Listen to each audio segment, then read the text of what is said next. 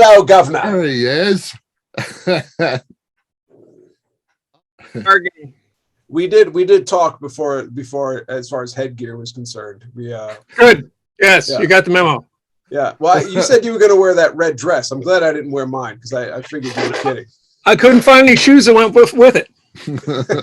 And that's the thing. That's why you got to wear it. Look, you got to always go with the Sasquatch slippers because these they match everything.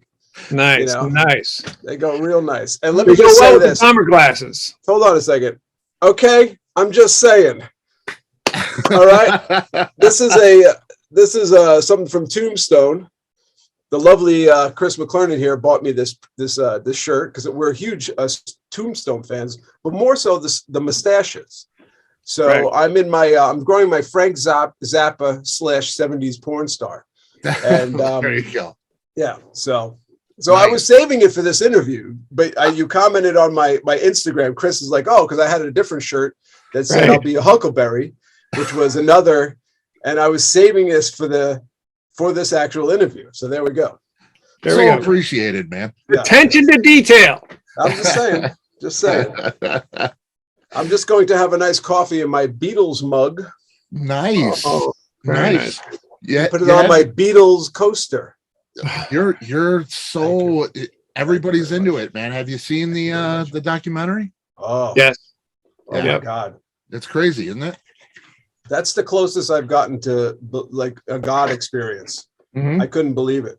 It's one of those amazing things that maybe we shouldn't have seen. Something better left unsaid. Yeah. I mean, it was wonderful. But I find myself, I was going through, Chris and I talked about this. I was going through so many emotions with it because they were actually recording my favorite Beatles record. So it was like, I'm yelling at the screen. That's not the lyric. Change the lyric, because we're so used to hearing it. And it was absolutely amazing and wonderful. Yep. And the editing is amazing. And they're refurbishing the film and the sound. It was fascinating. I loved it. Yeah. Oh, it's fantastic. So here we are, gentlemen. Good to see you both. Yeah. Chris, when's the last time I saw your face? It's like 2 years ago. I think it was. Yes. Wow. Yeah. When Bates was here. I'm just telling Peggy, I'm like, man, I haven't seen his face other than the pictures the fine pictures you sent over very much of the for the band shots. But it's strange because we did this record not being in a room together, the whole band. The last time we were in a room together was 94, 95. Crazy. So it's actually kind of weird that we never didn't get on the Zoom as much. Yeah, it's technology. It's great. Yep. Really and I'm sitting here listening to that, and I'm thinking, people aren't gonna give that any thought, really. I mean, I think people see a band and they think, they're buddies, they hang out, they're seeing each other every day, they play together in a room. Yeah. That's not necessarily always the case. You guys are obviously good buds. But sometimes you can't get together, especially with the COVID thing going on. Yep. Yeah. I mean, that's the way I've been doing film and TV stuff for the last 15 years. And that's how I've done 95% of it. Someone's in LA, someone's in Portland, Maine, and you get all your tracks kind of into a conglomerate and go, okay, who's mixing it? Who's doing this? Who's that? And then off it goes. Yeah. Wow. So, I think the only thing that is missing is just being able to be in the room with each other when you're kind of working out parts. I think that, for the most part, though, this band had some, the ideas were really cool because I think our system worked, which was, if we were usually Sean Martin, a guitar player, would send me a guitar idea. I would arrange it in some wacky way, play drums to it, send it to Chris. He would play bass. We'd get the guitars on it. And then Chris, would turn it into magic and send it back. And then, we'd have Bates sing on it. And we even had Randy sing on one song in his closet, in his iPhone. He didn't even think he could do it. And we were like, it's digital, just go sing. And he did it. And we kept that one, right? In what we want, wow. I think. And yeah, and then Randy came here because he lives in LA and I'm in Vegas. So he came here to bark on some other stuff, and then we'd send it over to Chris and he'd put it all together. It was really cool. I think the only thing missing is that camaraderie where you're writing something right there and you're like, oh, let me try that part. This takes a little bit, it makes a day or two, but for the most part, it's nobody was in a real rush. It was just kind of, we were having fun. So yeah, that's cool. That's cool. Speaking of not being in a rush, the press release says that this project formed. Wait a minute. 94. It was 94, 95. Yeah, it was while my wife was pregnant with my daughter, who is now 25. Isn't that crazy? Yeah, that's crazy. Wow. And we still don't know who the father is. Oh, you gonna help me find the bastard? Come on. I'll tell you right now. I think it's Beeler. We gotta get him. What am I, nuts? It's funny. I left one of my first times leaving, or maybe it was the third time I left Saigon Kick. I don't know how many times I left. You're like Billy Martin. Then I just show up. Strokes for you out there. Yeah. Bill, you're gonna have to explain that one. Just Google it, kids. I left the band in '94 and I called up Tony Cortese, who was in my first band ever, Ripping Fingers, and we had the cool name. I don't care what anybody says. Crazy Tony Cortese, and he was like the guy in my neighborhood that was cool, and his family was well off, and they were mobsters, so I loved him right off the bat because Italians love Italians. I mean, his mother used to yell at us every time we went there to rehearse. She goes, "You're gonna make it a noise," every time we went in there. But yeah, he was. I called him immediately because I love the guy, and he's a big part of my playing. I loved writing with him and his patience. And then we called Randy Bates, who was literally next door to us in our warehouse complex with Saigon Kick, and he was in a band called Talk of War back then. And we got to know each other. And again, so everybody in the band are lifelong friends. And then Chris, of course, it was a no-brainer. And we were off and running, but we did a demo for Atlantic, and Atlantic passed on it. So then we kind of just did our thing. But as we say, you never leave the band. You're in the band forever. And we just picked it up where we left off, and it really was doing one song, doing Revolution initially. And then Chris is like, well, I got about 900 songs too. Chris has a vault. And they're like, oh, you know what? I got a couple of songs, and I got a song, and this and that. And then 14 songs later, we're like, okay, now we need to stop because they're all great. We need to start finishing stuff. Right. We got to focus. Yeah. And that's how it all came together. So I'm kind of happy Atlantic passed on it, to be honest with you, because I know for me, this is fun. We're having a good time, and we're taking our own pace, and we're doing things correctly. And Chris is producing and mixing, and Revolution is incredible. And that song was one of our first songs back then, and it's a 25-year-old song that's relevant today. And and the brilliance of the production is that Chris puts in today's stuff. You put in a little taste of this, a little taste of that, without losing the integrity of the song, but making it sound current. But yet it was a 25-year-old song. Right.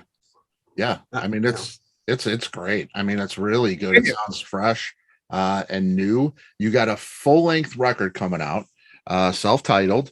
It says spring. That's what that tells me. Yeah. It's still scheduled for this spring. Yep. I'm working on mixing and editing and all that stuff. The next single. So you figured give Revolution a good month or so to, it's just starting to get its legs. And then by that time, that one definitely would be done. And then it's okay. Then what's the next one? Choose that and just start stringing them together. So we have, I want to say 10 or 11, like Phil said, I think there's more like 14 or 15, but we're like, well, we like these 10 or 11. Yeah. So, and they're really strong, all of them. They really are. Yeah. The next song is one of my favorite songs that Chris is mixing now, and one of Chris's from the vault. And it was, the minute we heard that one, we're like, oh boy, it's one of those. And I'm dying to hear it mixed, because even the rough mixes are massive. And Chris and I were talking about the video, because I'm doing the videos. I did the Revolution video. I'm an editor this is my side gig, but and direct videos around here. So we're working on the video thing, and I think it's a fun time technology wise, because we're able to put singles out. And we're at our own pace. Like I talk about this all the time. When back in the 80s and the 90s, when we were putting records out, it was like, you had to put a record out. You had a time frame. We had to put it out because we had to eat, and we had to, like, it was all this crap that was pressured on us. And then you're dealing with egos and management and bullshit. We just put it out. Get it on the phone. Talk to the band. Hey, when do you guys want? What's the next single? Let's do that. When do you think? About 4 or 5 weeks, we'll just, play it by ear. Yeah, no big deal. It's fun this way. Yeah. That's cool. And it's great to hear, a veteran like yourself say that, because I'll talk to a lot of guys who have been in the business a long time, like you guys have, and they're discouraged. There's just, there's so much out there, and it's really hard to get that attention, and it's just and streaming's a thing. That's the way we listen to music now. Yep. A lot of veteran musicians are discouraged by that as well.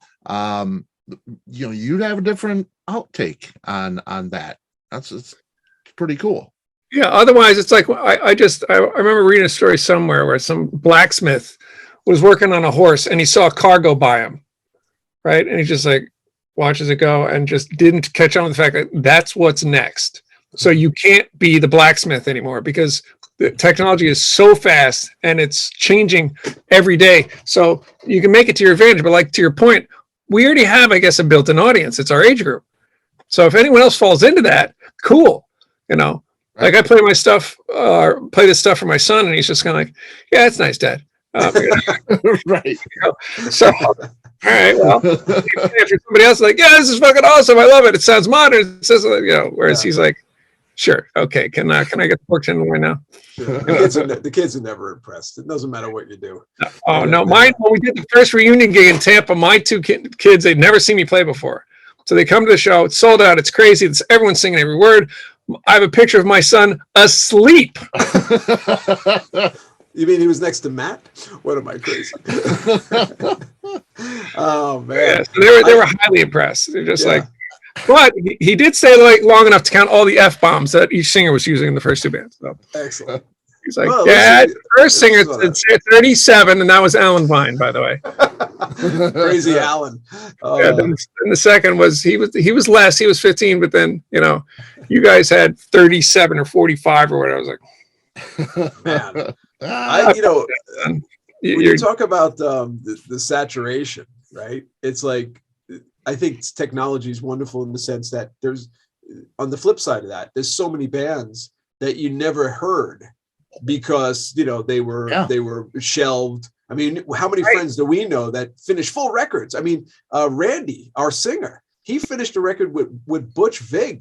I mean, after after after we finished doing the Nirvana record, and that got shelved.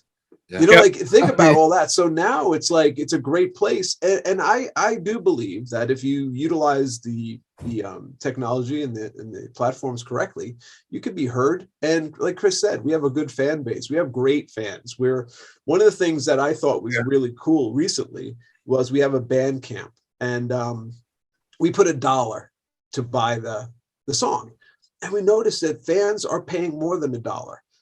And I just got so excited on our first sale. And even though it's like when it was all said and done, it was like we were splitting 75 cents 5 ways. It was like still more money than the Atlantic contract. And no, but I just felt like a sense of accomplishment because it was fun. And I'm finding this whole process fun because, 2 years ago, it was an idea to just, hey, let's do Revolution, let's try it. And all of a sudden we sold one. And I don't know, I'm very grateful for today.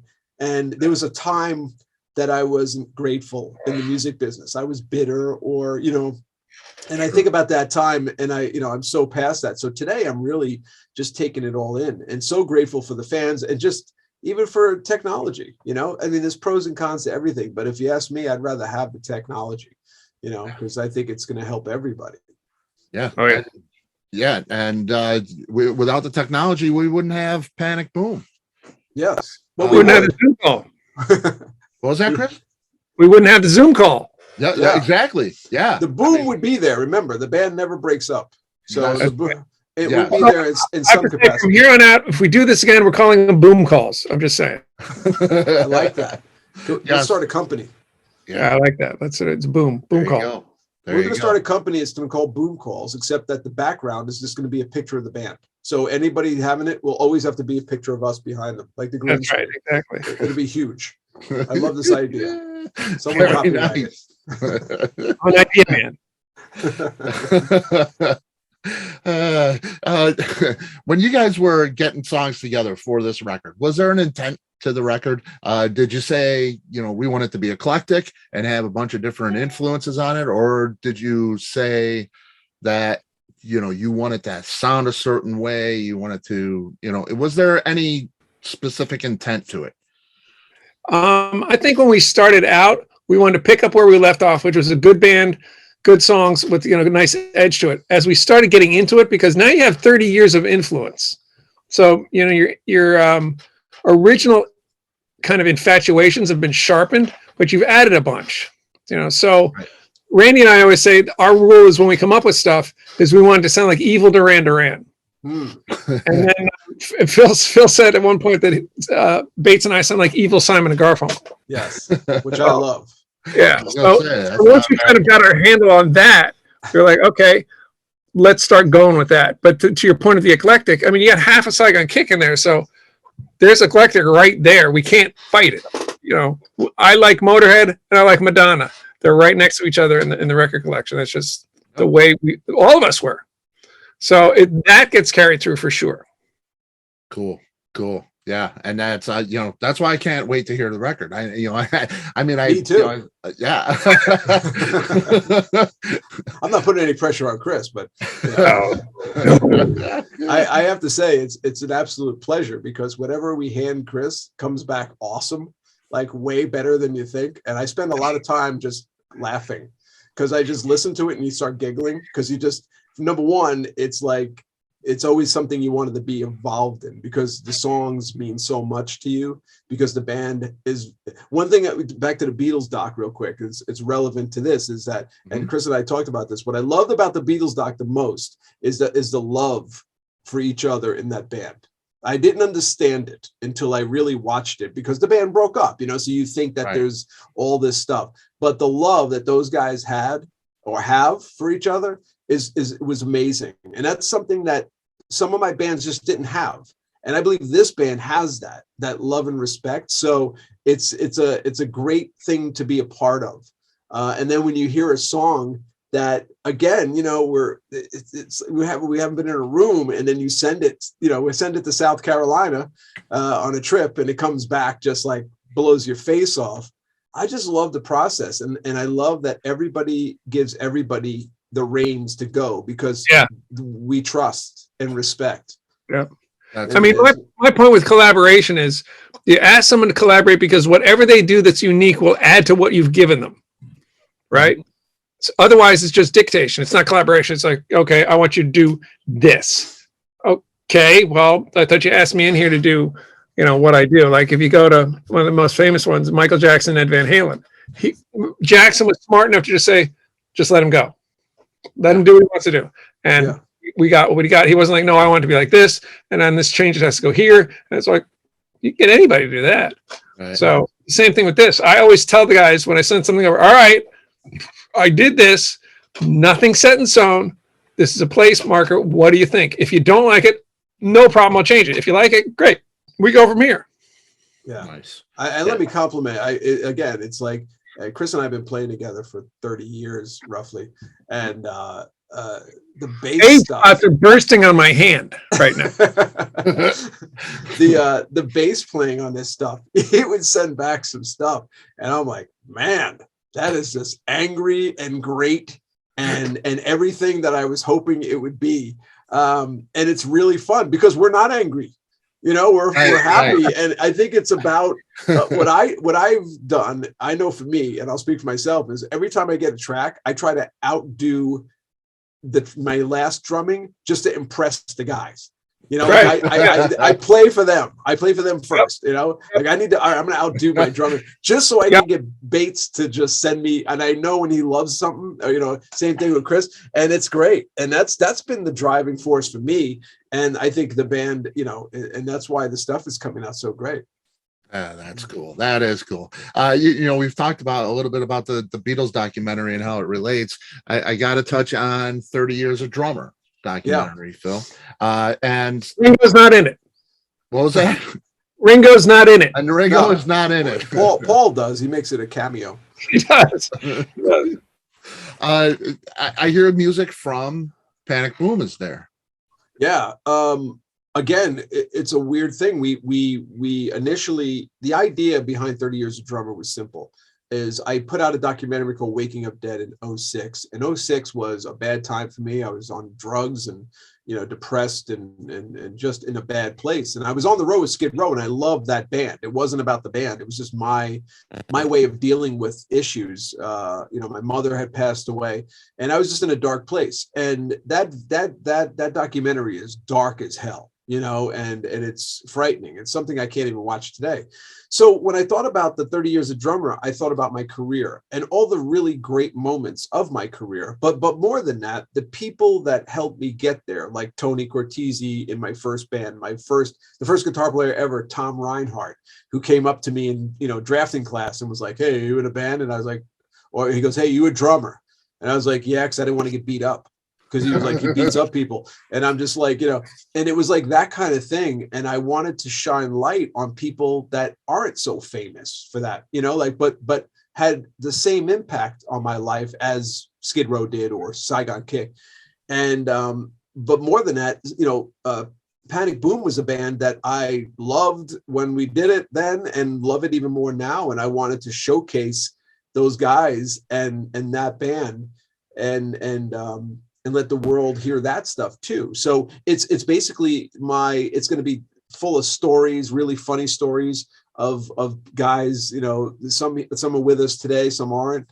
But mostly friendship, camaraderie, and my appreciation for music, which at one point I didn't have. I definitely lost that because of many things. But these days I'm different. It's different. So I wanted to really showcase that. So, to watch this documentary, you don't have to know me or my bands, but, because I'm in the music business. So we're going to show the fun stuff. It's going to be uplifting. There's no dirt slinging. Everyone's tired of that bullshit. That's old news. And, I'm not fighting about something that happened 30 years ago. Give me a break. Like I'm talking about what it did for me, because that's what it did. It makes you better and you move forward. So so back to the Boom, there was going to be a couple of songs on there. So who knows what's going to happen now, but the Boom itself, there was going to be a soundtrack hooked to a 30 Years of Drummer, but I don't know if I'm necessarily going to do that right now. I'd rather put out the Boom record and use the documentary as kind of a launching thing as well off of the Boom stuff. Yeah. And but I have some songs on the documentary that I wrote back 30 years ago as well. And I have a songwriting partner here, Sean Coey, and she sings with Starship. And when she's off the road, we write stuff. And she wrote some really cool stuff to a song that I wrote in a studio when Saigon Kick was in Sweden, and it never made the record. So I ended up just taking the music and give it to her. And so I have that's coming out on February 14th. We're actually shooting a video for that now. Nice. And that's going to come out as my separate thing as well. So this is this whole thing. And Chris has been very, very patient with my Pro Tools knowledge. That was the thing when the pandemic hit. I had Pro Tools before that. And I'm like, that thing it was in the corner just taunting me, Pro Tools. And I'm like, I'm not going near that thing. I get it. And then finally I opened it up and I'm like, oh, it's not too bad. So, with Chris's patience and guidance, we got through stuff, and now I can get around there. So it's actually opened so many doors for me that I never really explored. So it's been as bad as the pandemic is, and it is bad, obviously, and I'm not making light of it. But in that 2 years, I was able to do many things because of it, so right. Even though I've had it twice. Someone's ears are ringing. Yeah, Randy. Yeah. I just, when people ask, like, what'd you do during the pandemic? Well, I learned a lot, and, we're part of a great record. So hopefully everything will work out with the pandemic, and we can start moving forward. But in the meantime, this has just been a really cool process for me anyways. Yeah. And that's cool. It's great to hear. It's great to see a documentary like that, where you can approach that, but like you say, I mean, you're in a dark time, you can't even watch it yourself, and at this point, but it's great that you're sharing that, and with the music paired with it, that's a special thing. Yeah, without a doubt, and again, it's showcasing people that I love and that have helped me in so many ways that I don't even think they understand how much. And I think and we're in a time where there's so much hatred and people are attacking people, where my case is like, I want to be grateful and showcase them. It was a funny thing today happened, Chris, and I was on the Facebook, and I love my Facebook fans. I call them the Love Clan, my Facebook friends, and they're just wonderful fans and friends. But I was looking around, and there was this thing that said, it said Target, Amazon, Chick-fil-A, and Starbucks. One has to go. Okay, pick one, and it's gone. So I put Chick-fil-A, and I put it's a low-grade dog food, and I wouldn't serve it to my dog. Okay, and the owners are bigots and hypocrites. So that was an uproar. I was doing a bit, and it was like 700 responses. And of course I don't have Facebook on my phone. I'm old school. I got to go on the computer. I don't give a crap that much. I go back on a few hours later, and all these comments, they're just like, you're wrong, you're this, you're that, and like just attacking the fact. And I finally, they go, to show you the mental state of people. They're like, well, you see, he hasn't come on. There's 250 comments, and he's not coming on. He knows he's wrong. I'm just like, I go on there, and I said, you guys are fighting over a chicken right now. You're fighting over chicken. You understand what you're fighting over right now? Chicken. You passionately fighting too. Like, you have no stake in the company. I mean, if the owner came on and said, hey, Phil, hey, what are you saying that about my food? I would go, okay, your food is still shit and you're a hypocrite, but I appreciate the fact that you showed up, but you'd be the only one else to do it. But I was like, can you believe these people are fighting over chicken? That has nothing to do with them. Because I don't care if they ate chicken all day long, and then you see people online with at Popeyes, and they're shooting people over chicken sandwiches. And I had that chicken sandwich, and I would definitely shoot someone over it because it was delicious. But that's different. But no, they attacked me, and it's hilarious. Like, I can't even. You don't get mad at that stuff. But over chicken. And I said, fine, whatever. Enjoy your shitty bigot chicken, which I believe is number 2 over here at this Chinese restaurant. But that's a whole other story. But yeah, it's funny, the mentality of people. So I'm just trying to be kind, but it's like you can't even joke around about chicken. Apparently, is that a subject we shouldn't talk about? It's like the N-word and Chick-fil-A. Yes, you can't talk about that stuff. It's not right. Wow. Just crazy. About anything. You put anything up, and you're going to get a negative response of some kind. Yeah. It's just trying to be funny. That's all. It is kind of, I think there is a cleansing that you need to do where you need to walk away from it a little while, man. It's going to send you into really dark places. It does, it really does. I guess I was shocked, but I wasn't. but it's like it's doing comedy. Yeah. You know, like it's I didn't say anything. I was, and you know, Chris, where that came from is Caddyshack. Tell the chef this is low-grade dog food. I was doing a bit off of Caddy. Like, that's the funny part about it. And they've lost their friggin' minds. You know? Wow. So, and new people. I don't know. I was trying to do bits for new people. Who knew? They missed the reference. So, you know, what are you going to do? Crazy. I'm going to go fight with them. No. Yes, sir. You're in South Carolina? I am. Ah, bless you, man. I was just there. That is a beautiful place, man. Where were you? Right outside of Charleston. Where? That's wild, man. He's on your lawn. We were in Isle. Yeah, maybe. We stayed at the resort in Isle of Palms. Oh, okay. Nice choice. Wild dunes over there. Yeah. Man, it's just I'm ready to go back there and stay there forever, man. There's a reason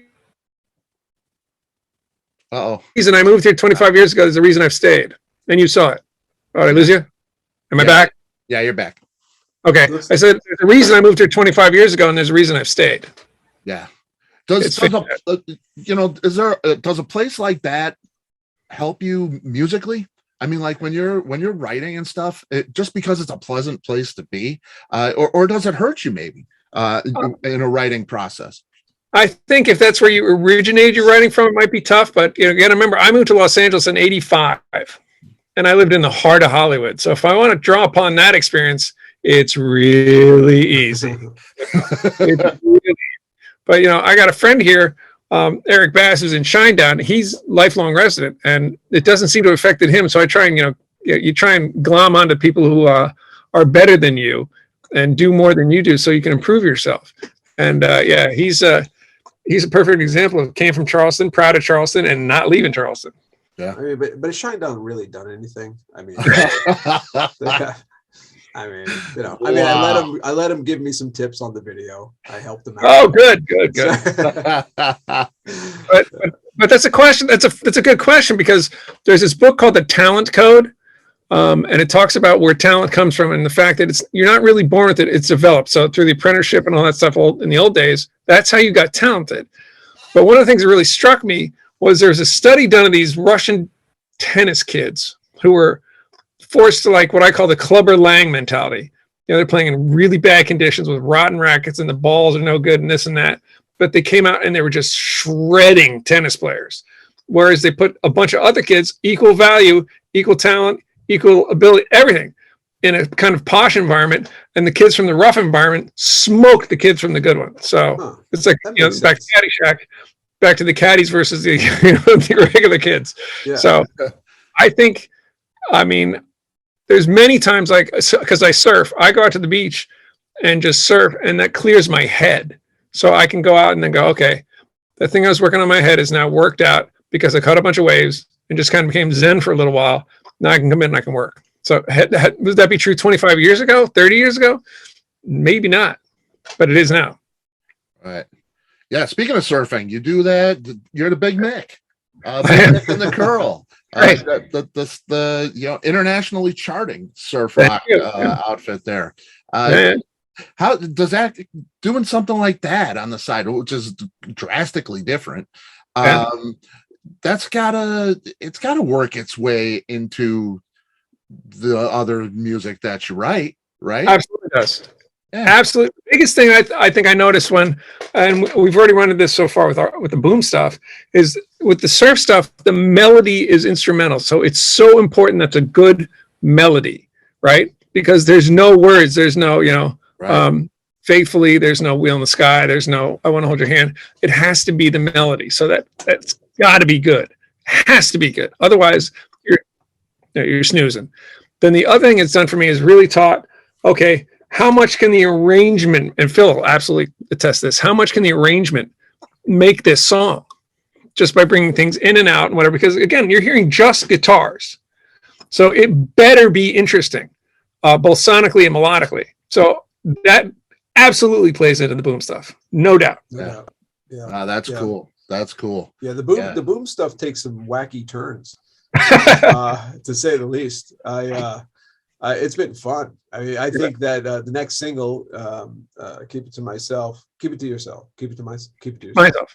Yeah, myself. Keep it to myself. But we have a song called "Stardust" that I think is going to make people's eyebrows go up. Yeah. I was just going to reference that one. Yeah. Yeah, "Stardust" is something special, and again, goes back to the trust here. I sent it over to Chris, and he sends back this masterpiece with a cello player on the beginning, and I'm like, I'm dead at that point. I'm like, that's it, and amazing. And only Chris, has the cello friend, that's in the symphony, like, incredible.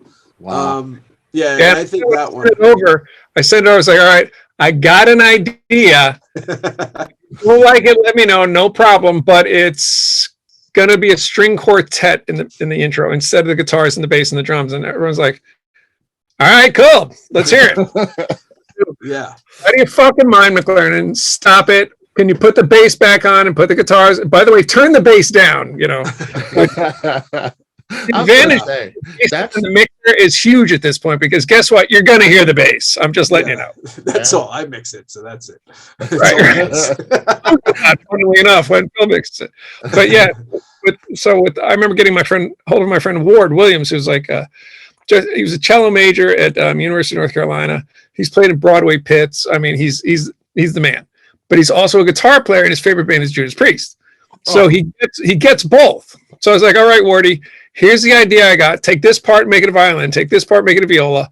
Take this part, make it a cello. And then tell me if I'm like on it or if I'm an idiot. He goes, no, these are actually really good. I was like, cool. Can you do this? He's like, yeah, I've got a few ideas too.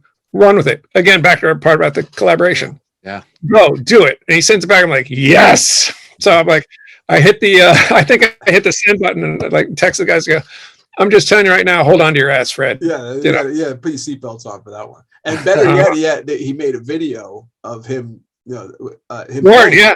Yeah. So you get to see this guy play, and it was intense as hell. He's got an Iron Maiden shirt on, I believe. Which is better.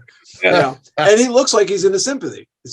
Yeah. Like he's not like a rocker looking dude. He looks like a mild mannered, man, regular guy, not an insult, but just like, like he would look being in a symphony. And he just shreds. And I sat back and I'm like, whoa, it was so much fun to watch him, and you hear it at the same, it was incredible, and who does that? It's when you send stuff over to the Gov, we call him the Gov, it comes back like that, and it's been fun. Cool. So we're always excited, and one thing about Chris is funny because Bates and I talk about this, because Bates will be like, hey, did Chris send you the I'm like, no, he didn't send me anything. He's like, you think you can get it? I'm like, no, he won't give it to me. I don't like, he does not hand anything out before it's time. Okay. Period. I don't care how much oh man, we've been in the band 30 years. Remember that time I I don't give a shit. That does not work. You get it when it's ready. So we just stopped even asking. It was like, we'll get it when it's ready. And boy, is it always ready. And that's the good part. So the payoff is always great. Yeah. So. Yeah, I learned that by doing TV. You don't give it to them and say, oh, I've got a few more ideas I want to add to it, or because that's unfair to them. Because the two things would happen. They'd be like, okay, but where is the other stuff? I'm like, oh, shit, I handed it in too early. Yeah. But then the other part would be you'd get, they'd grab what was not your full idea and then they'd use it. And you're like, no.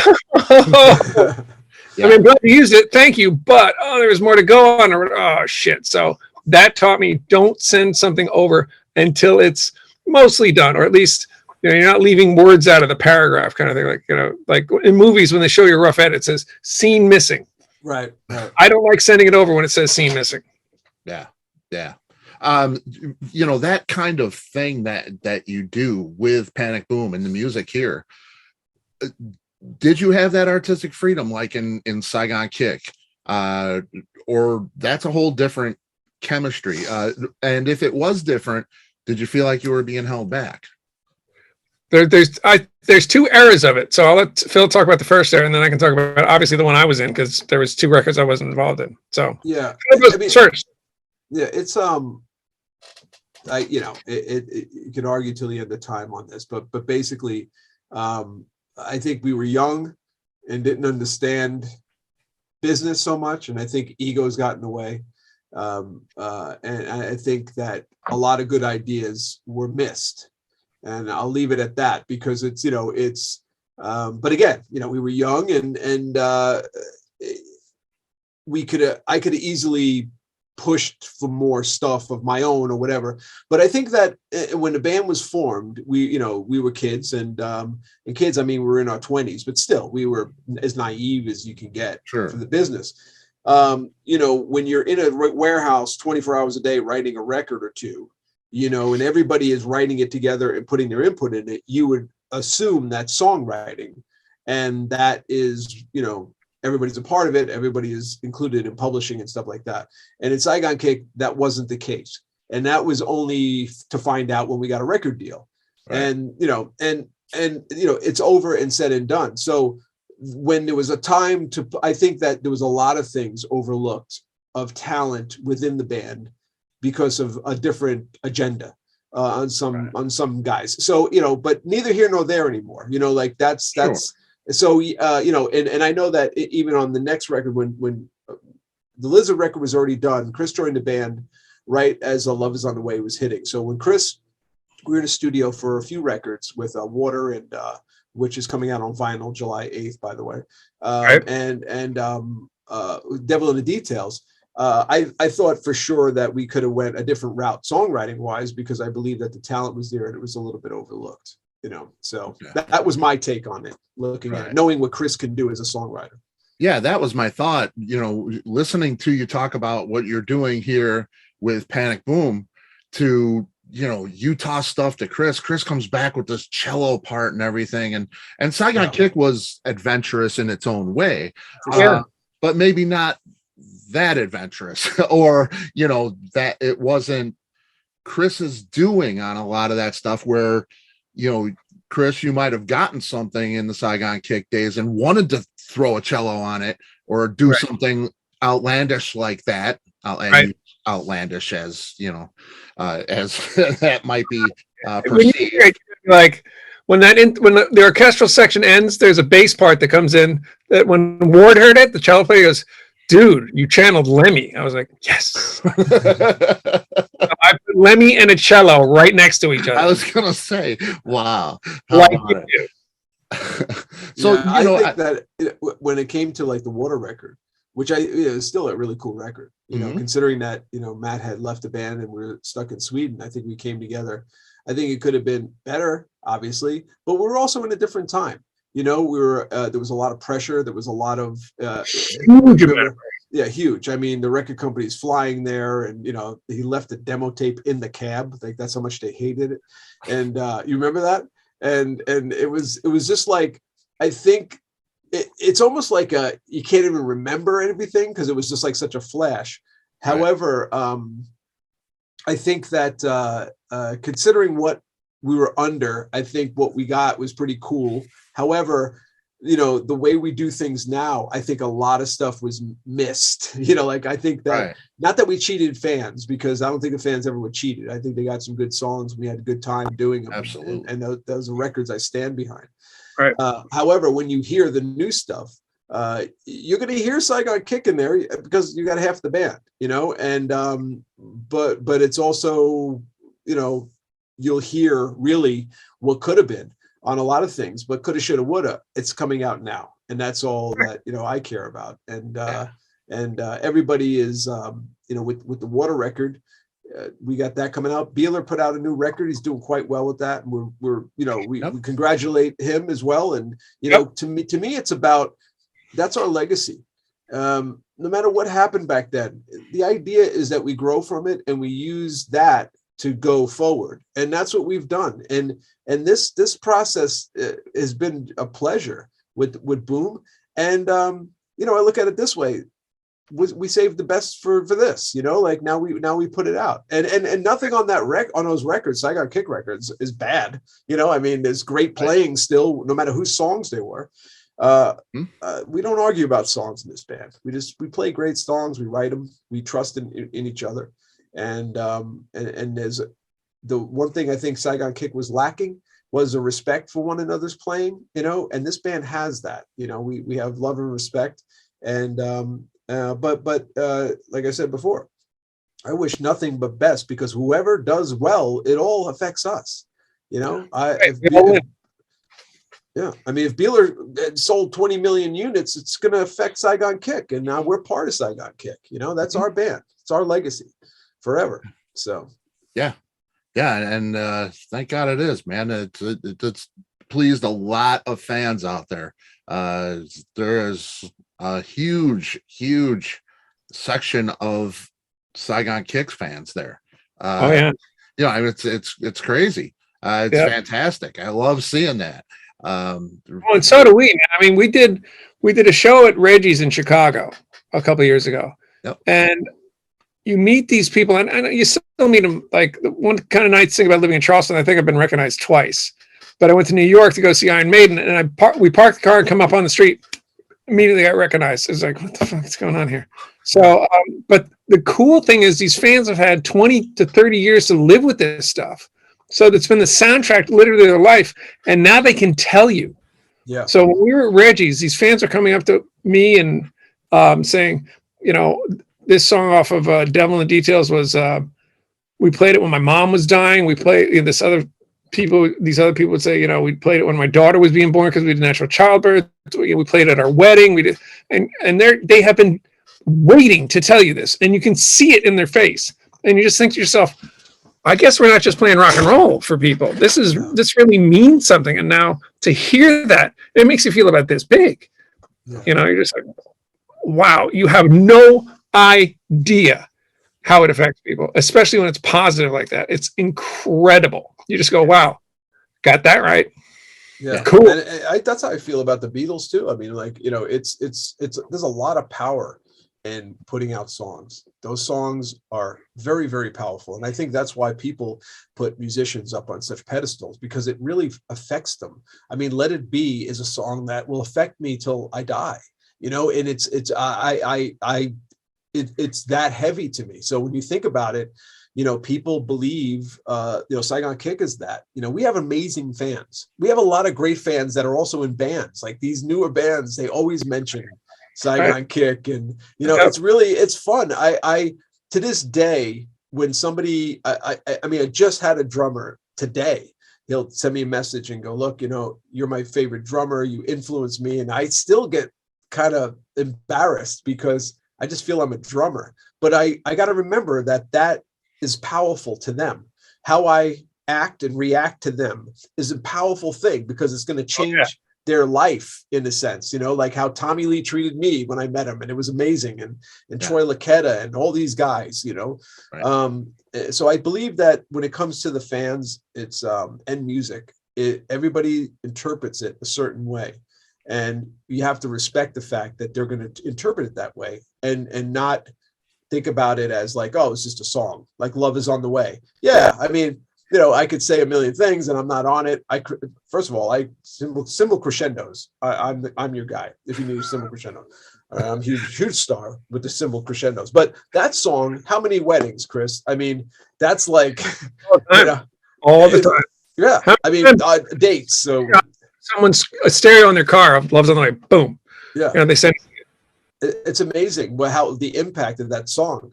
And a song that may be boring for us to play or whatever is not to others. And when you're in an arena and there are 20,000 at the time lighters, lighting up the joint and them singing back your song, that's a chilling deal. That's something that it was amazing to experience. So I think that we can get very jaded. And I know for me, one of the things I did that I was I got jaded with the music business and F this and F that. And in reality, it's like, I just had to really kind of, regroup and respect what we got here. And now serve the band and the legacy, because it's important, not only for us, but like for future musicians too, that or play music at some point in their life. Yeah. It's huge, and you look at the big ones, the Zeppelins, the Stones, the Beatles. Those are all major thing,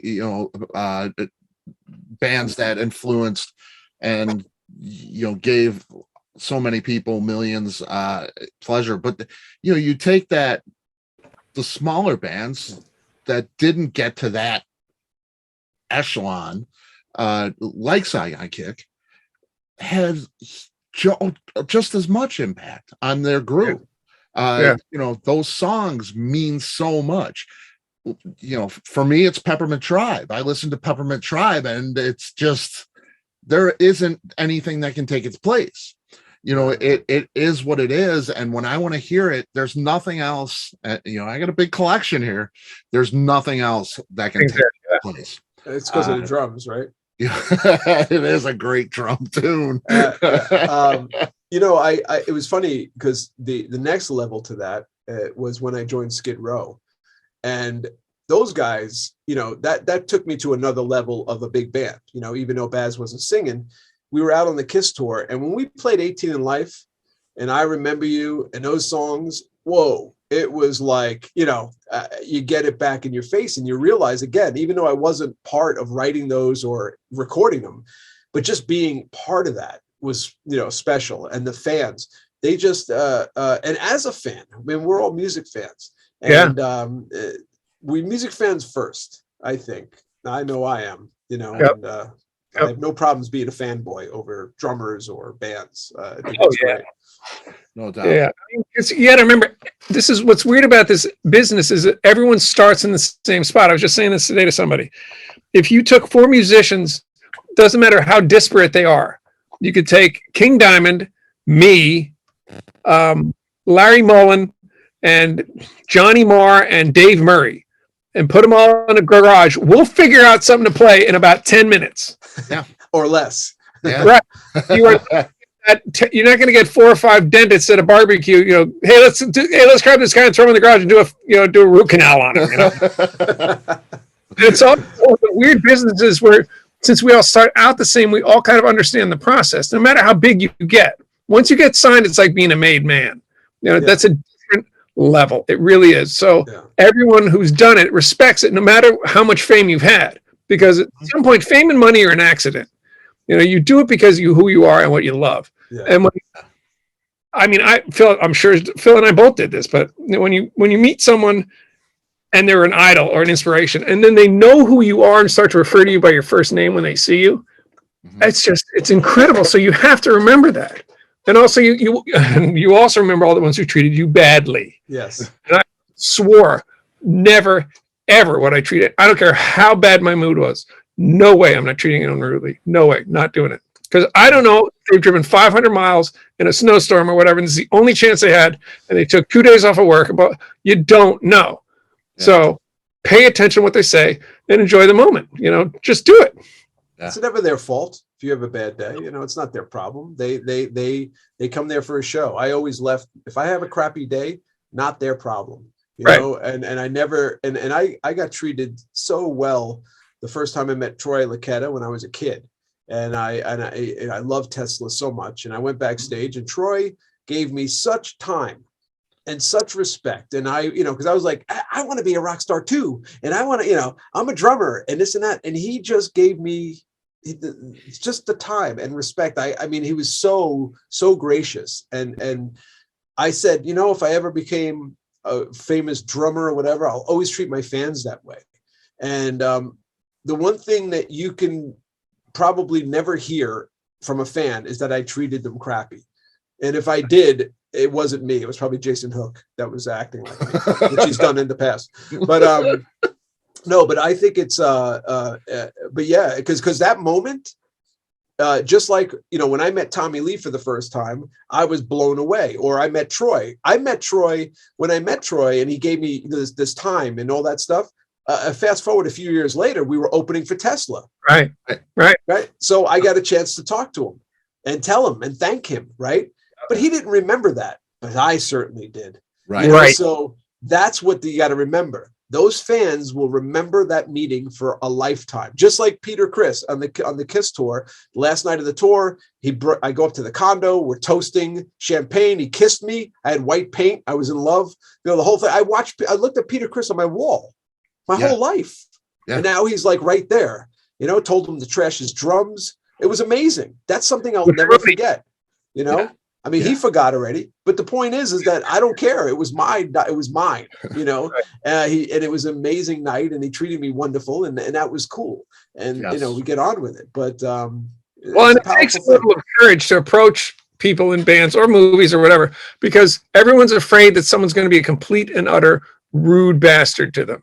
Yeah, you know, and it happened to me. I saw it happen, but I never understood why you would do it. And to Phil's point, there were a couple of people I met early on when I was able to tell them later, like Phil said, when we opened up for a Tesla, there were people I met coming up where I was like, should I say something about it? You know, I met him when I was a kid or when I first moved to Hollywood, and I was like, fuck it, I'm going to say it.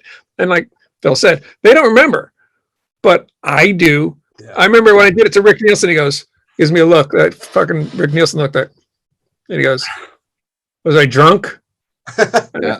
And he goes, you were too, weren't you? You know, and I said, maybe. But I got to thank him for some advice he'd given me. And you could tell he was thrown by it in a good way. Yeah. But I remembered everything he said from that. Well, Phil will tell you that's not unusual.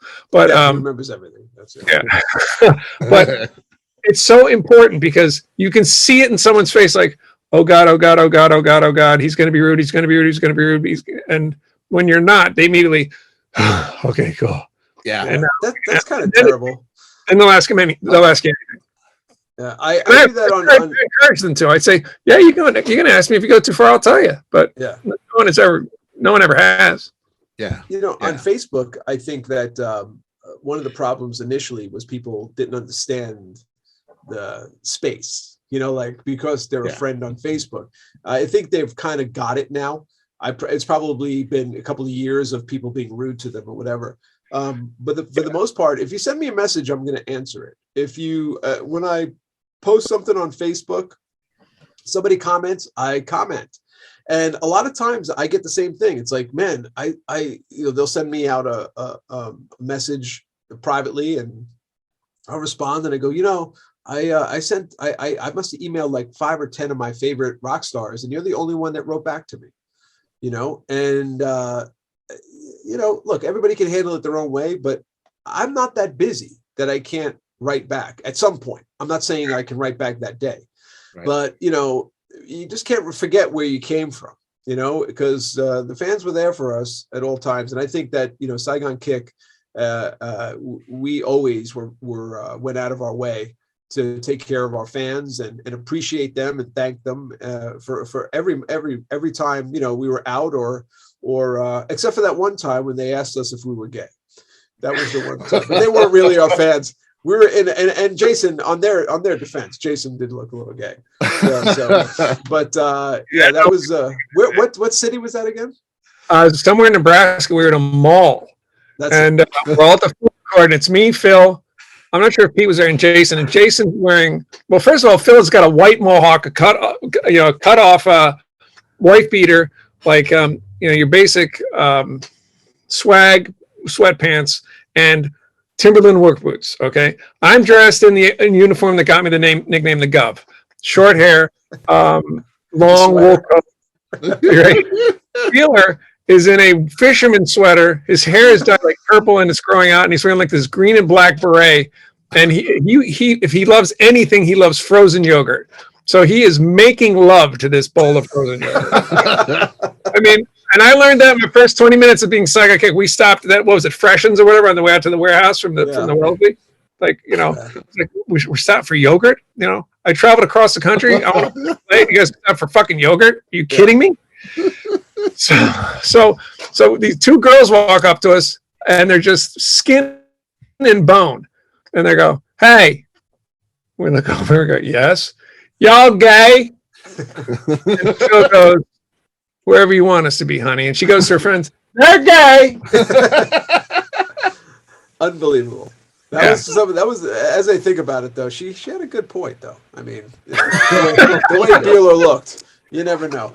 It's not like we were trying to draw attention to ourselves either. I looked like some sort of gay icon myself, like, you know, coming off the out of some sort of Paco Rabanne ad or something. I don't know.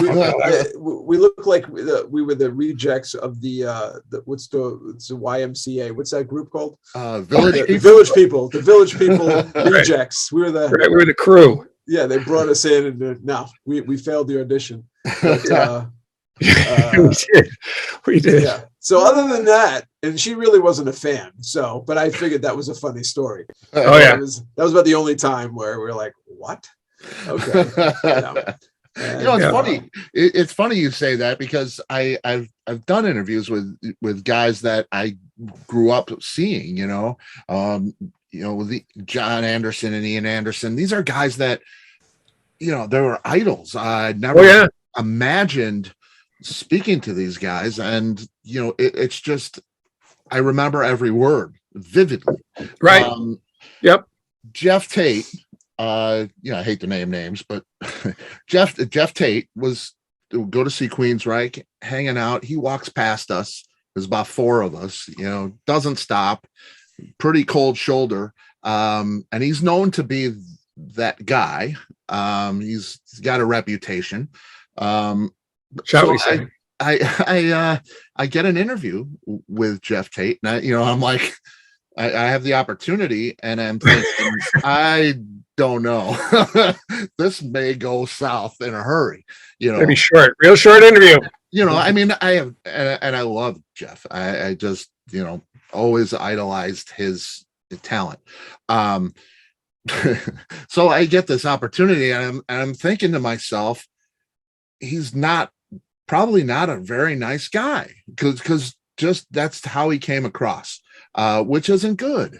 But I took it, and he was the sweetest person you could ever speak to. I mean, he was just a sweet guy. Answered any questions, took all the time, just a sweet human being. And I've done two so far since then.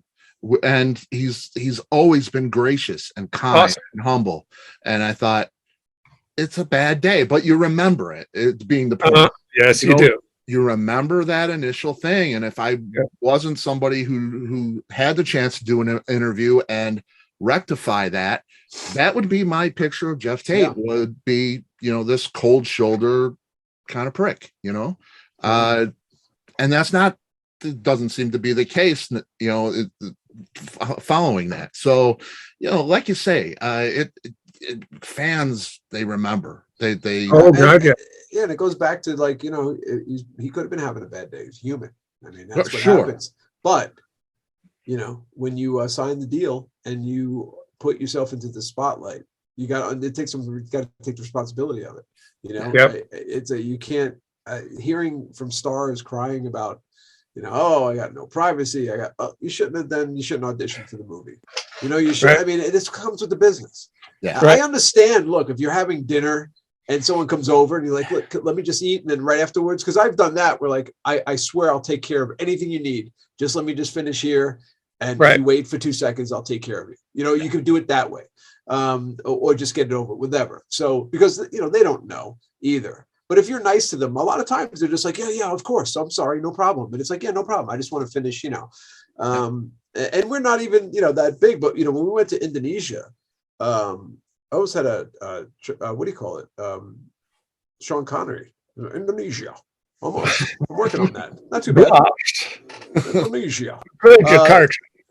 So when we went there, it was like the Beatles. It was the weirdest thing I've ever experienced in my life, where we couldn't leave the hotel, and those fans were just wonderful. But they were just such nice people. The fans just, oh my God, they were incredible fans, but they were so excited to see us. It got scary. Yeah. Remember we played that basketball game, and it was like all these fans, and it was and they were so excited to see us, and that was the only time I got kind of nervous, because it's not like they were going to hurt us intentionally, but they want a piece of your hair, and we had good hair back then too. It was long hair. There's a lot to lose. Yeah, that was in Surabaya. They had an escape route for us because the last band that was in there had a riot. And it was crazy. So we were the first band to be played since Metallica, who'd had some riots. We were the first band back. So we walk in and we're just like, here we are for the gig or whatever. And they're like, okay, we want to show you the escape route. For who? You know, for you guys, what do you mean? You know, we're fighting on this bait. We have no idea. Phil and I have been working at a video store 2 weeks earlier. Yeah, you know. Yeah. Here we are selling out arenas with a bodyguard. We have a police escort from the airport to the hotel. Yeah, it's craziness. Wow. And it's gone. How did we get here and do this? But we did. But again, like the fans were incredible. It was amazing. It was just amazing. Yeah, they were. It was something to see because it was, you know, we did arenas over there and they were sold out, and you know, just it was incredible. And remember we were driving. I don't know if we were going to a gig or coming from the hotel, going to the from the airport, whatever. But they had 3-story banners of, look, we have huge heads to begin with. You put our heads on 3-story banners on the side of a mall or whatever it was. And then we were driving through like jungles and there was posters of us. Wow. Remember the stores and stuff? Like it was crazy. Like what was over there. It was one of the most wild things we ever, I ever experienced. Wow. And on a fan level, it was just, they were wonderful. And we ended up going to the promoter. It was like the Scarface. We didn't call him Scarface, but we went to the house and he like flew a chef in from Italy, right? Am I right on that? It was like Italy. His bathroom was as big as my apartment. You know, like he had this, it was like just this giant bathroom with a bidet and a toilet. It was massive. It was probably like 1,000 square feet. It's so much. By the way, the toilet was in the middle of the room. Yeah, really bizarre. Blue. Everything was blue unless it was plated and was gold. Yes, incredible. They had the biggest celebrities there. Like picture like Brad Pitt and Angelina Jolie of Indonesia, right? And this Eartha Kitt girl who was just like, this one's for the boys, you know. She's singing karaoke for us. Yes, amazing. I mean, amazing. Like an incredible experience. Wow. And that was like, it was good to go over there. And that was with Saigon Kick with the Water Record and Devil and stuff. And it was good just to go over and be a rock star for 2 weeks. And then you come home, still broke and still going back to the video store, but we had a good time. That's all. The people in Indonesia don't know that. So they do not know that. They don't know that. Yeah. So. It's way cool. I should let you guys go. I've had you forever. Man, it's I got so many. I got a list of stories and stuff here. We need to do those boom sessions. We need to talk about assaulting Mick Jagger in the Atlantic. That was Chris. I didn't do anything. Why don't we leave with that one? That's a good one. Yeah, go, please, Chris. You got it. All right, so we're in Atlantic, and this is we're there for the Water Record. So it's me, Jay, and Phil, and we're on another floor because for whatever reason, Atlantic's got bathrooms on other floors than when we were. Who knows why? So Phil and I had just been in Silvio Bonvini's office. Sil was our marketing director, and he played us for whatever reason. He plays us "Inagata da Vida" by Iron Butterfly, right? So we're whatever. It's part of a compilation. Or what do you guys think? I'm like, Sil, what the fuck? Are you kidding me? Yeah. But we had a way of singing in Saigon Kick to ridicule someone in their song. So we'd sing it like this, and I love you. We'd sing like that. So Phil and I take a break. We both head to the loo. Well, I'm at the sink, having already done, my business. I'm washing up. And I'm singing "Inagata da Vida, honey," just trying to crack him up because most of our life is spent trying to make each other laugh. So in that moment, the door flies open, and into the stall is exactly across from the door goes this guy who's about this big. Right, here we go. He's about that big, and it just boom. And Phil looks at me and does this. That was Mick Jagger, right? So he mouths the words, "That was Mick Jagger." I look at him and go, "I know." But he never stopped singing, right? I'm just still going for it. So to know that I love you. Phil's over there like, "What the fuck are you doing?" And all of a sudden, out of nowhere, Mick then blasts out of the fucking stall, goes back to the door, takes off, right? Gone. So we're looking at each other like, "Well, that was pretty fucking weird, What happened?" So we think nothing of it at all. So we go back to the Silvio's office, and we're flirting with everyone on the way and having a great time. And we're in with Silvio's office. We get back and we hear on the door, and it's Vince Faraci, who was, hardcore, old school Atlantic, like what's the word I'm looking for? Muckety muck. How about that one? Yeah. And he pulled. He's like, Silvio, I need to talk to you right now. So Silvio goes out the door. He's like, okay, whatever. We're looking at each other like, I guess Silvio's in trouble. I don't know what the hell's going on. And Silvio comes back in. He's just like looking at me and Phil like, what the fuck? And Vince popped in there. What the fuck did you guys do to Mick Jagger? What are you talking about? Mick said he was assaulted in the bathroom, and his security was looking for us all over that floor. The Atlantic security was looking for us all over the other floor. We're like, we didn't do anything. Of course, they don't believe us for shit. We're actually telling the truth. We did nothing. So, like Vince, we did nothing to him. And I just replayed the whole story the same way to him. It's like, that's all. That's it. Nothing. He's like, gives a look like, you guys are so fucking full of shit. Because that look. Everyone knows that look. He's just got, no way. No, you know the truth, but that's too elaborate to be a lie. So, all right, I'll let it go. So he calls off Mick's dogs, and we live to see another day. But yeah. Well, the funny part though was like, there's a complete lockdown, but I think it was a Doug Morris that was like, because you get assaulted in the men's room. And all of a sudden they're like, wait a minute, Saigon Kick is here. It must be them. So they already like blamed us. Like not even no evidence whatsoever. It was just like two long hairs in the bathroom. And right. The place is on lockdown, SWAT's on the way. They like kicked us off the label. I mean, they were like that before they even talked to us. They were like basically pulling everything. We're coming in with a hit. This is right after the Lizard record. We have millions of records sold, and they didn't give a crap because Mick Jagger was apparently assaulted. So back to what you were saying about Jeff Tate. If I ever ran into Mick, I got to ask him. Exactly. If he would remember. I don't know if he even would. But I mean, that's a very traumatic thing to call out like the SWAT team to arrest two long hairs for peeing and singing like Ethel Merman. Now, granted, his singing was hysterical to me. It could have frightened him. He's delicate, Mick. It assaulted his ears. Yeah, but man, it was that was something. That's it was like it was like the scene in Casablanca where round up the usual suspects. Yeah, that's what it was. It's got to be the guys in Saigon Kick. Who else would be that fucking rude? To an icon, how dare they? I mean, assault them? I mean, look, I'm not the biggest, I'm a Beatles fan, but I wouldn't assault Mick. It's still an idol. I mean, I was taken aback by how he just walked in. I'm like, whoa, and I'm like, let's go meet him, professional courtesy. And, I figured, why not? And it was like, no, more like get arrested and kicked off the label is more like it. So that was pretty funny, though. So anything with Mick Jagger with Phil and Chris. Yeah, there you go. That's crazy. I can't wait to run into Mick. I have to ask him that. But I hope I get to see him before I die, or him for that matter. I was gonna say. Then again, he might just live. You never know. If he's dipping into what's his name's fountain. What's the guitar player? Keith Richards. I guess that's my. I'll be dead before him. I can't remember anything.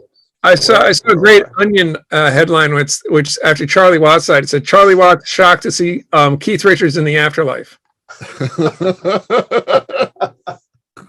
a classic.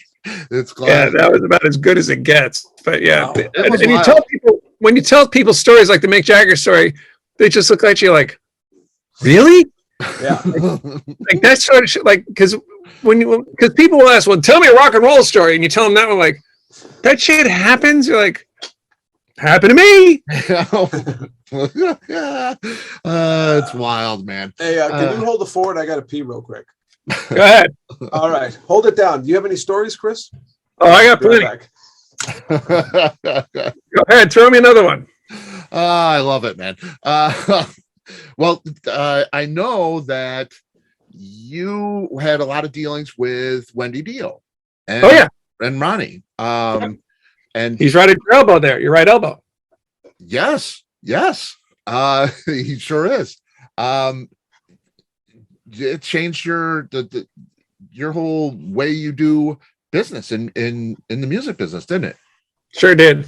Ronnie, back to our question, or your question about the fans. Ronnie's point was no matter what, the fan is number one. They're while you're there. So when you see them and they come to see you, they finally get the courage to talk to you. No matter what, you treat them with dignity and respect. You sign everything they ask you to sign. You take every picture. You ask every question. Doesn't fucking matter if it's pouring down rain, which I saw him do. And you do it, and you do it gladly, and you do it repeatedly. It's just because he remembered getting treated poorly. The first star I ever met was Paul Lind, who treated me poorly. But we had we toured to the extreme, and this is certainly no dig on them, but here's an example of Ronnie.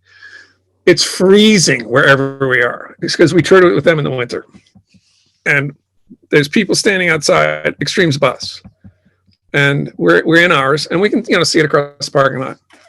And I'm looking at this. I'm just going, So I motion my tech Casey. I go, dude, let's go. And I grab my jacket and a Sharpie, and I said, get your shit, let's go outside. And everyone in Saigon Kick, Phil, Matt, and Jay all said, oh, yep, grab your stuff, let's all go. So we all go out, and there's like 2 or 3 people outside our bus, right? And we start talking to them, and we're signing everything they asked for. And all of a sudden, people start drifting over from Extreme's bus. So now we have a crowd about 30, 40, 50 people, whatever it is. We sign everything, we do everything, we get everything done for everybody. And they start drifting back over because Gary came out first. Then Pat came out, then Paul, then Nuno.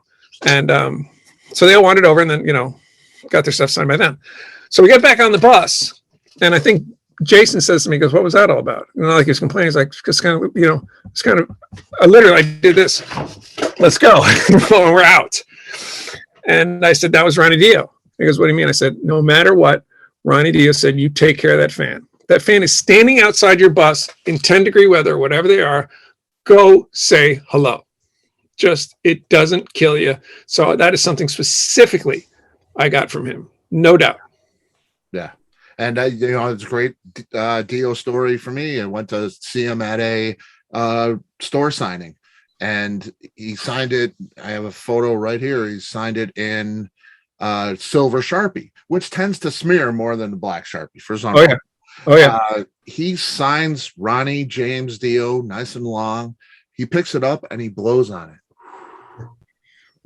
Tries up.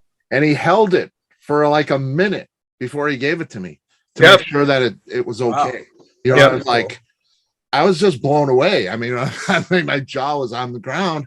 I said, this guy cares so much for the fan and for doing this. He took so much time and was so gracious. Really just special. I want to tell one amazing story about like a fan thing. And was with Brian Setzer. Okay. And Saigon Kick Saigon Kick, we were headlining at home. We're playing this outside festival. It was on the beach, and a local station, the Lizard wasn't out yet. It was just coming out, but they, we were huge there. They were playing Love Is on the Way, all that stuff. And so we headlined, and Stray Cats was going on before us. I don't want to say they were opening for us, but they were going on before us. And I'm a huge Stray Cats fan. I mean, giant Stray. So my daughter was just born. She's literally like within 2 months old, whatever. So we brought her down, but we took a bus. We took a tour bus. We rented one because all the family came. It's in Florida. And my mother, my parents came. My mother is, or was, I should say, the greatest woman ever. She just... Absolutely. Yeah. I mean, it was like, she was just, no matter what, she's just incredible lady. And I always tell her though, like, it shows, I'm like, Ma, don't bother the bands. If you like somebody, we'll get autographs. Do not bother the bands. Okay, Philip, I won't. I promise. So, yeah, right. Right. So Setzer comes on the bus to say hello. Just on and he's wearing an Elvis Presley shirt. Okay. And my mother's favorite all-time is Elvis. Like, I mean, crazy Elvis fan, like, almost unhealthy. And she's like, oh God, Phil, he's got an Elvis shirt on. I'm like, Ma, don't embarrass me. Like, stop. Like, Too late. don't. And she doesn't even know who he is, you know, like it's just that she's on that Elvis shirt, you know, and I'm like, don't say anything about the Elvis shirt, you know, and no, it's too late. She was just, I love, you know, goes crazy about this shirt. And I'm like, Brian, I'm sorry. It's my mom. She's a huge Elvis fan. You know, I'm explaining this stuff to him, and he was so gracious and funny, and goes, give me your address, you know, and I'll send him I'll send your mom the shirt. I'm like, no, don't. Yeah, I mean, really, you don't have to do that. That's just, please. It's you know, he's just being so gracious about it, you know. And like 2 weeks later, there's a package, and sure as shit, the shirt shows up. And it says, to Angela, my mom's name, since washed, you know, and he signed it, Brian Setzer. I have the shirt here. I still have it. She passed away in 98. And I took the shirt because I just thought that was the coolest thing that you could do. You know, like, I mean, This is a guy who just came on the bus to say hello to us. He didn't know who we were in that capacity. We never met before. And here's my crazy mom. You know, and he was, I'll never forget that. Like, that to me is like one of the great, and I hope I run into him again. I haven't seen him since, but, and I wonder if he would remember. I think he would. I mean, that's I think he'd remember that one. Yeah. Definitely. And I still have the shirt, you know, and I cherish that shirt. I'm going to give that shirt to my kids, you know, like that's one of those shirts that, it was just an incredible thing. And she was just so like overjoyed by it, and just what he did, how happy she was when she opened that is something that I can't even give back to him. You know, like that's what you remember. And you know, back to the fans, man. It's like, there we go. You know, so it's like that impacted her life in such an amazing way, as well as mine. That he would actually be kind enough to do that, and that's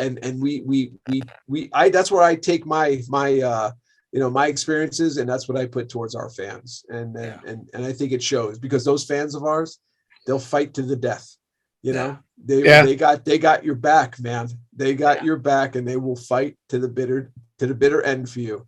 And I appreciate it. You got to remember, Phil's mom, I mean, as soon as I got in the band, first of all, I went to stay with the Varones, but so she immediately adopted me, which was fantastic. Because here's the big Irishman coming into this Italian family, right? But Angela Varone, first of all, hilarious sense of humor, and we could, you know, get her on anything. She was the most trusting, gullible mom for comedy. It was awesome. But we would come home at the airport. It could be 1:30 in the morning, and by God, she'd be there with a sign, "Welcome home, Saigon Kick." You know, we're like, are you fucking kidding me? You know, meanwhile, my mom's like, "Oh, you're playing in town? When was that? Oh, sorry, wouldn't make the show." I bought her. I got her gold record, so she hung it in her house above her toilet. Even when she was using the toilet, she wasn't looking at it. Which I think is the greatest thing I've ever heard. My mother was in the mosh pit. Okay, when we got signed, she was in the mosh pit. And the fans knew who she was. And she'll throw an elbow or two. You know, she didn't care. She threw down, man. And you don't. But there's one more mom story, and then I'm going to close with this. On the Extreme tour, because we were talking about Extreme, we were playing James L. Knight Center, right? It's our last night of the tour.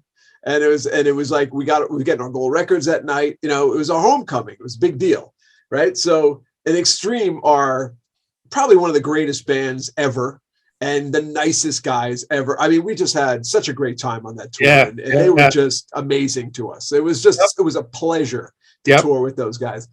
So my mother is a big fan of, you know, of Extreme. She loves Skid Row and Extreme. She didn't, you know, she loved Saigon Kick kind of, but she loved Extreme and Skid Row.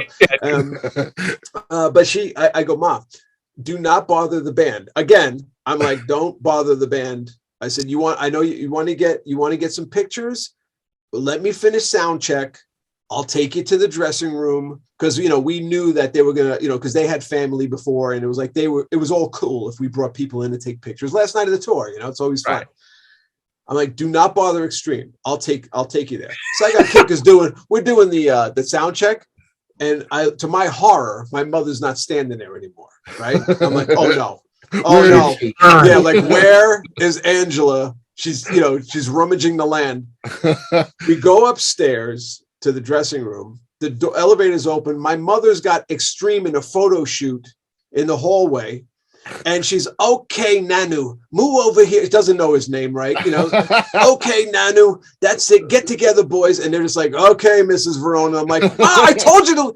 And they were so kind to her, but it was hilarious because she just, obviously she's a mom, but she just did not listen. She had to get up there and get in those pictures and get them done. And I still have pictures from that show, actually. No. Was, I got one too, which was when we did, this involves Phil's dad. So we're doing our first show in forever at the State Theater in Tampa. So Phil and I are backstage and we're running the Indian intro like off his phone. Again, let's go back to technology, right? Yeah. So it's me, Phil, and Phil's dad. And we're all sitting just waiting to go on, and the crowd's going crazy, and the intro starts and everything's nuts. And Phil and I are just being Phil and I. But we would usually go on with this thing from Mr. Saturday Night, which was we'd look at each other and go, okay, hurt them. La, la, la, la, la, la, la, la. And Mr. Verone goes, you guys are fucking unbelievable. I look and I go, what? He goes, you haven't changed a bit. I saw this, you guys were doing this in 1992. Like, yeah. That's right. He's just like shaking his head, like, you guys are, I can't help you guys. You got to stick with what works. Uh-huh. That was there's some good memories and all that stuff, man. It's awesome, man. It is awesome. Well, I'm gonna let you guys go, and man, I love you and I appreciate you. Thank you so much. Thank you for having me. This was great. Let's do it again, man. Let's do it again. Next single. We got a date here. We'll definitely do it as soon as McLernon mixes it. Whatever he's doing over there, I don't even know. No pressure. He's looking for a trumpet player or something, I'm sure. What's going on over there? Exactly. I need to redo, maybe. Yeah. Exactly. Who knows what's going to be on the next song? We'll see. Yeah. Well, we're all looking forward to it, man. I'm looking forward to hooking up with you guys again and talking about it for sure, and a few more stories. Absolutely. We got many. I know you do, man. I know you do. Very cool, man. Guys, take care. Thanks, absolutely. Take care. Be well. We'll all right. Talk soon. Take care. Take care, man. You too. Bye-bye. Bye.